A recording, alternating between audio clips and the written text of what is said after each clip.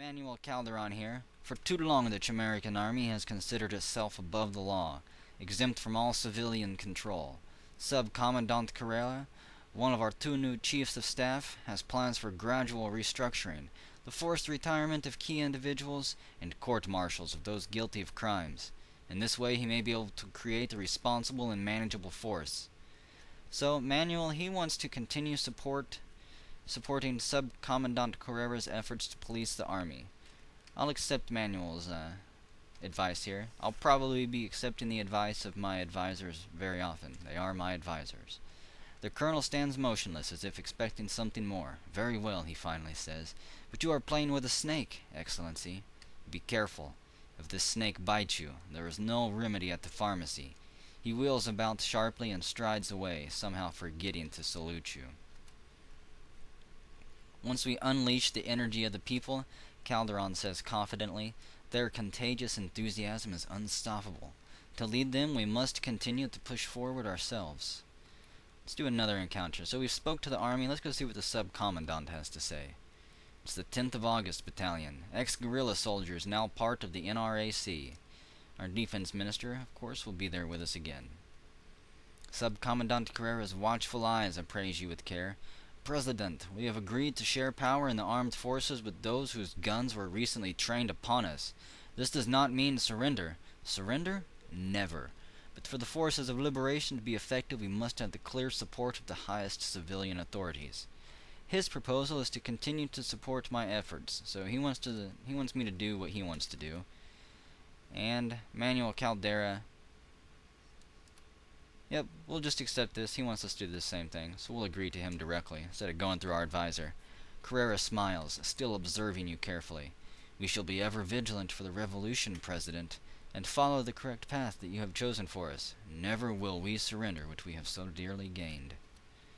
Since the triumph of our revolution, the Commandant says firmly, there can be no substitute for boldness and decision. The people will be pleased with our progressive course. I will move swiftly to carry it forward. And the U.S. Ambassador Buffard sends us a message. I am pleased to report that my government has decided to resume shipments of military aid to the American Army. Arrangements are presently being made with Colonel Horatio Ehrlich. It's not really acceptable. It should probably be going through Carrera. We've had 2 meetings so far, but let's have some more. I'm not going to check out the reports or anything just yet. Try to fly through a few more meetings here. So we've done the army tour. I'm not sure if we should speak to the USA or not. Rights activists, industrialists, trade union leaders, the doctors. Let's go to, afraid if I talk to the civilians they'll have some crazy request for me. Let's talk to the shopkeepers, see how business is doing. The largest market in Chimerica, a sprawling complex of large market buildings and open-air stalls. Over 10,000 vendors, mostly self-employed poor women. We'll continue here. Greetings, President. May I recommend today the tamarind fruit drink at Senora Brandon's, just around the corner, and the fresh figs here at my own stall? Delicious. By the way, we hear rumors about the government plans to fool around with more price controls, and even rationing. Shall I tell you what I think? We don't want anything like that here in Chimerica. Promise not to institute price controls or rationing is what she wants. What does Bernardo say? Issue warnings about the dangers of hoarding and speculation and call for calm. He says the shortages we hear about are a temporary phenomenon which will correct itself in due course. We must avoid the temptation to interfere with the very market forces that provide the best long-term solution.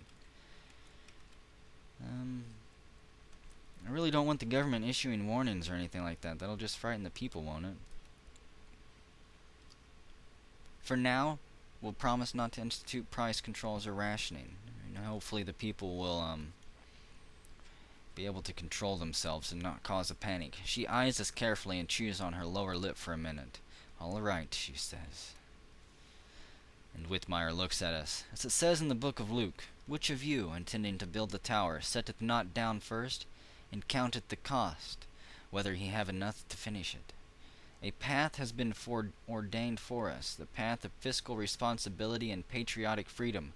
As long as we keep to that path, we cannot fail. There's some riots or something going on. Protests of food prices spread to all major urban centers. Violent clashes occur. Union organizer attempts to mediate. It's going to demand our attention immediately, apparently. Ferreira folds his arms across his heavy muscled chest and glares. There is a basic right, which any society should be able to safeguard for its people. I mean the right to eat. Not to eat meat or the fancy foods of the rich. Just enough basic food not to be hungry. If you cannot make sure the poor can eat, how can you call this a revolution? Set price controls for basic foods. I'm not going to set price controls because we promised not to, and if the people are going to go crazy, well, what shall we do? The shortages we hear about are a temporary phenomenon which will correct itself in due course. We must avoid the temptation to interfere with the very market forces that provide the best long-term solution. I agree, the market should stabilize itself out, and once it's stabilized and we know where it actually stands, then maybe we should make a decision. It might be a little bit harder to begin with, but in the long run, it'll be better than a longer, harder fall. Accept this proposal. Ferreira scowls with distaste. Where did you learn to cook up revolutions? He asks darkly. Any decent recipes calls for generous amounts of corn, beans, sugar, and milk. Watch out, President. If the people find your gruel too thin, they may throw it back in your face. A wise move, Your Excellency, Whitmire says with satisfaction.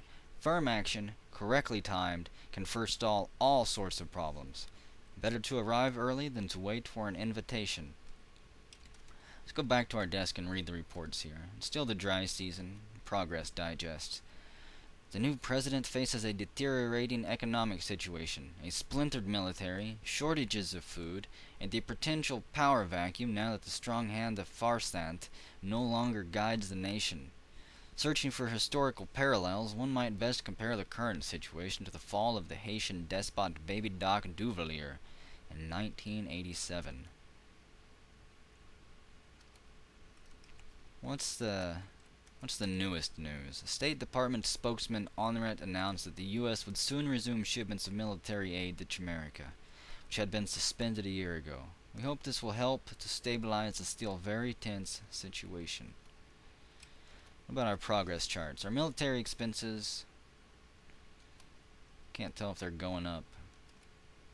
Social spending, expenditures for infrastructure are going down. Expenditures for healthcare and education are going up. Infant mortality, we'll check out that later.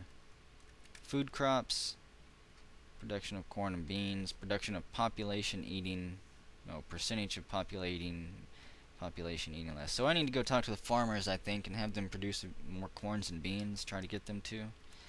Export crops. Coffee production is slowly rebounding back up. It's starting to curve. We don't need no damn loans or aid. They can throw me out of office before I sell the country away. They can sell the country under someone else's name. USA ambassador, coffee grower, landless laborer, teachers, campesino. I don't know who this person is. Let's go talk to him.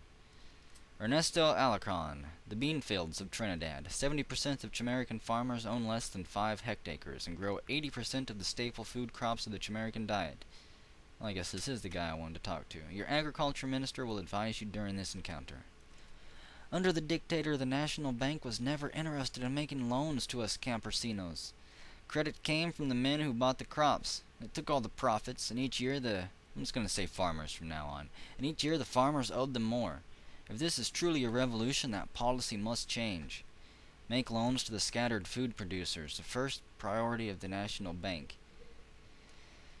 Give loans to the poor people who probably will never even be able to afford the loans that they're going to be given. Ask for advice. Direct the National Bank to give priority to the producers of export crops. If the economy of Jamaica is lame, but not yet crippled, we are to restore her to health. Our growers need generous lines of credit from the National Bank. At all costs, we must regain the level of export production we had in the years before the insurrection made a mess of things. Now, Bernardo, we're going to have kind of a problem here. If I remember correctly, you wanted a mechanized industry for the coffee growers, so we'll give them a whole bunch of money. They'll mechanize all of their fields, throw in thousands out of jobs, and then where will we be? Those owners of the farms and factories? Will be raking in the money while the people starve in the streets with no jobs? I guess I'm in between a rock and a hard place here. I'm gonna go the dumb route and give loans to the poor people. Alcarn takes off his hat, wipes his brow, and grins. The farmers and the children will be pleased. With money to buy seeds and tools, we will be able to grow so much corn, never again will a child go to bed hungry in Chimerica. Whitemeyer looks troubled. Very well, but as the old saying goes, it makes no sense to strip one saint bare to clothe another. Well, it does if the saint has 15 pairs of clothes on already and the other saint has none. So let's have another encounter. Coffee grower. Don't want to talk to them. I'll let them stew for a bit. Industrialists, bankers. Let's go to the industrialists.